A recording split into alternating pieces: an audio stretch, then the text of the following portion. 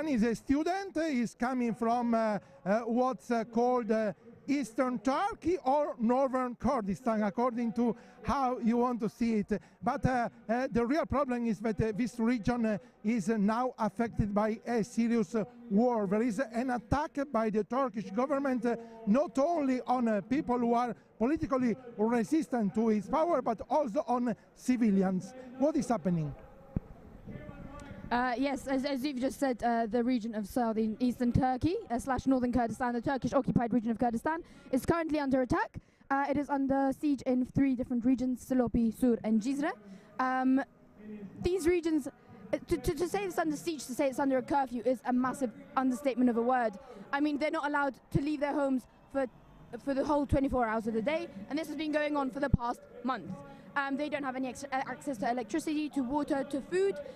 People are having breakfast in their own homes, and the Turkish troops are invading their homes and massacring them as they're sitting down in the comfort of their home where you're meant to feel safe.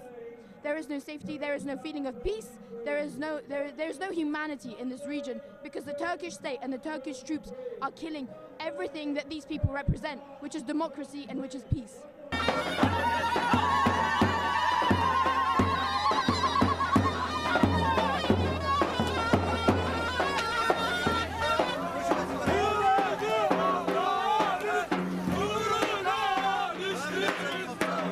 What do you think about ISIS? I think you are scared, of course. As Kurds, ISIS is basically representative of what Turkey is. Turkey represents ISIS, and ISIS represents Turkey. ISIS has been as Turkey has been massacring Kurds within that region, ISIS is doing the exact same thing. It is tackling peace, it is tackling and everything that these people represent, which is democracy. And actually Turkey is supporting ISIS within these regions. It is funding them economically, and is also giving them the opportunity, opening the barriers and the borders so that ISIS can go through into these Kurdish regions and attack these civilians. So there is a link, whether you want to accept it or not. There is a link between the Turkish state and the ISIS, the Islamic State.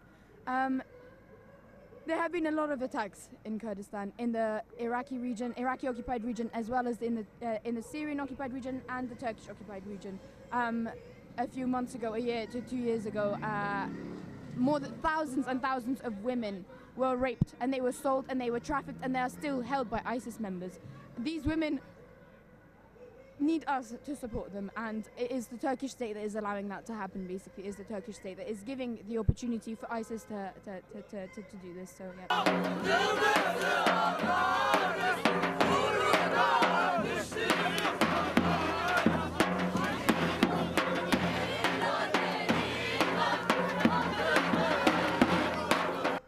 So the Turkish state is supporting the rape of women in the territories occupied by ISIS?